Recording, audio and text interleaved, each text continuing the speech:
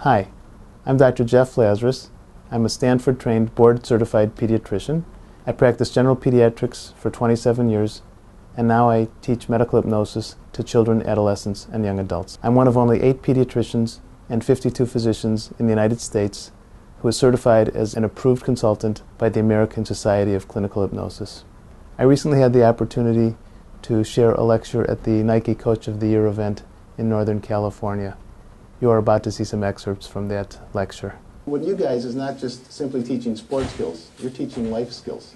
One of the most common conditions that we see now in children and adolescents is anxiety. Sports performance anxiety is an ideal candidate for clinical hypnosis because it works by reshaping and directing a person's thought pattern. Anxiety has 2 driving forces. One, the athlete overestimates his risks or challenges, and the other, he underestimates his or her resources. What drives anxiety? If anxiety were a commercial product, its slogan would be, what if? What if this happens? What if that happens? What if I drop the ball again? What causes anxiety in some of your players? A family split up, addiction from one of the 2 parents, anything like that. Fear of failure, parental pressure, fear that I'll disappoint my coach or my parents, fear of letting down the team, fear that because my parents think I shouldn't be wasting time on the football field and now I'm going to fail at it. Some athletes, of course, choke during competition because their perceived stress or anxiety compromises performance. Remember, anxiety is only perceived. There's nothing in the external situation that's different. This is from Dr. Garver, a sports psychologist. What he talked about was the zone of optimal performance. 0, you're so loose and relaxed that you're like jello, you're lying on the ground, you can't even hold the football. 10, you're so tight, you can't move, you can't turn, you can't hike the ball, you can't throw the ball. So every player has a different zone of optimal performance. Let's say that the zone of optimal performance is a 5.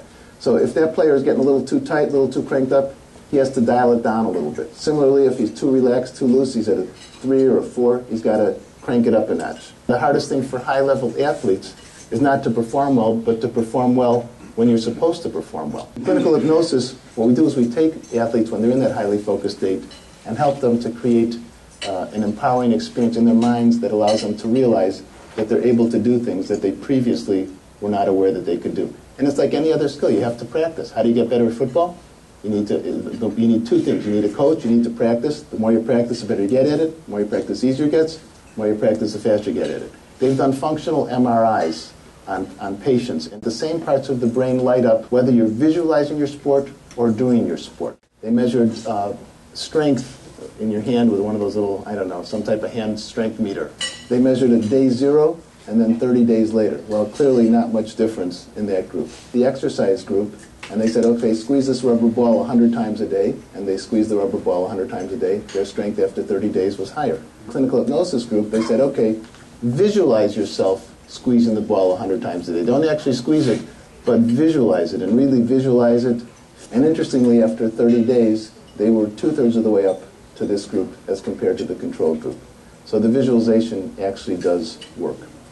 What you as coaches can do for your athletes. Lars is from Sweden. He's a PhD, the Swedish Olympic coach. Lars is a friend and colleague. I met him at the first international hypnosis meeting he and I lectured at a couple years back. In the 100-meter dash, he found that a lot of the athletes were stopping at the tape. They were slowing down or stopping. So he suggested that instead of imagining it's 100 meters, imagine it's 110 meters and then go through it. So now the runners were accelerating through the tape instead of slowing down.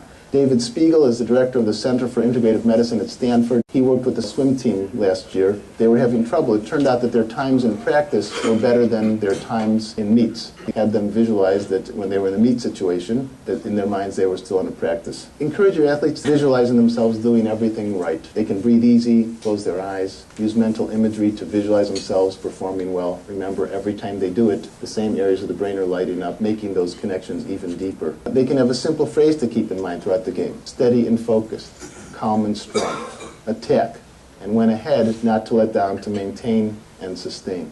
The zone of optimal performance. The players can certainly identify their zone and visualize it before and during the game. If their zone is a 7, they can picture 7 wherever they want to picture it, throughout the field, whatever. But what do you do with the player who's missed the last 15 field goals and dropped the last 12 passes? How do you get those players to focus? Get it out of your head, think positive. I would encourage you to have them trust their skills and abilities and not let fear or anxiety impede them in any way. You're teaching them that. It'll apply to sports, academics, asking someone out on a date, or whatever else it's going to be. I remember in high school, eventually state champions, I had a win. Inside my mind, I kind of relaxed, assuming, oh, this is a win for us. And then I ended up blundering the rook for nothing. You already collected your medal. Yeah, you know? exactly. Yeah, I always say it's not over till it's over. Yeah, so there's a fine line between visualization and the hypnosis part. I think, you know, whether you call it clinical hypnosis or visualization, it's pretty much the same thing. It's something comparing to a woman when she goes into labor, how she can... Absolutely, yeah, absolutely. It's focusing, it's distracting. Are you doing this more on an individual level? Can you do visualization with a team? On a limited basis, but one size doesn't fit everybody. The best is one-on-one. This is very brief therapy. Usually I see the kids 2-3 times and I'm done. Any sessions for the pregame in the locker room, he's yelling and screaming, and you've got another group who is more quiet visualization? I think it depends when and where that takes place and if it's hurting the team or not. Because what's right for one person is not right for the other. Visualize, you know, when you're at home, even in bed at night, visualize. Go through your pregame routine. So, you know, picture getting in the car the next day, getting on the bus the next day, is going into the locker room, changing into your clothes. I mean, really going through step by step by step. Everyone knows that on the line you have a physical ready stance. Well, there's also a mental ready stance. And again, the same areas of the brain light up whether you're actually hitting the guy or whether you're visualizing in your brain hitting the guy. Thank you very much for your time.